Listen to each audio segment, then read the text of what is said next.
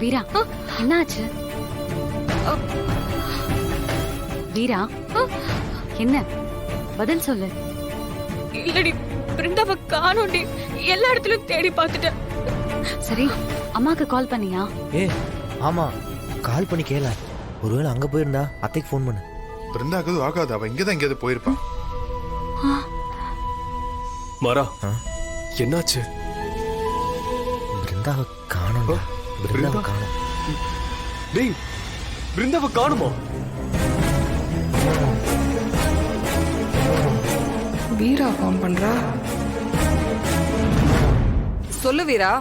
ஆமா வீரா, வேண்டாம், அம்மா கிட்ட சொல்லாத. உண்மைய சொல்லாத. வீரா, அம்மா வீட்ல நீ மட்டும் தான் இருக்கியா? நான் மட்டும்தான் இருக்கேன். ஏன் கேக்குற? என்ன சொல்லு. வேணா, பயந்துருவாங்க, சொல்லாத. ஏதாவது சமாளி. வீரா, இல்லம்மா, வீட்ல நிறைய இல்ல பிரச்சனை கண்ணா, நடந்திருக்கு. அதுக்குதாம்மா நீ தைரியமா இருக்கியான்னு கேட்க கால் பண்ணமா. இதுல தைரியமா இருக்க என்ன இருக்கு? என் கண்ணு முன்னாடி என் பொண்ணு வாழ்க்கை கெட்டு போய் நிக்குது. இதுல நான் தைரியமா வர இருக்கணுமாக்கும். என் நிம்மதி மொத்தமா போச்சு. பைத்தியம் பிடிச்ச மாதிரி வீட்டுல உட்கார்ந்துட்டு இருக்கு. இப்ப என்ன பண்றா அவ? யாரம்மா கேக்குற? அதான் உன் தங்கச்சி. பிருந்தா இங்கதாம்மா இருக்கா? ரூம்ல இருக்கா? சரிம்மா, கொஞ்சம் வேலை இருக்கு, நான் அப்புறம் பேசுறேன்.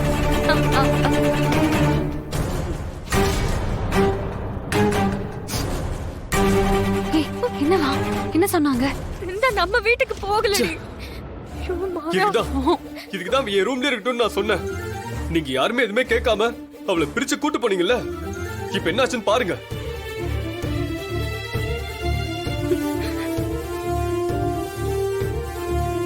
என் பிருந்தாக்கு மட்டும் ஏதாவது ஒண்ணு ஆச்சு.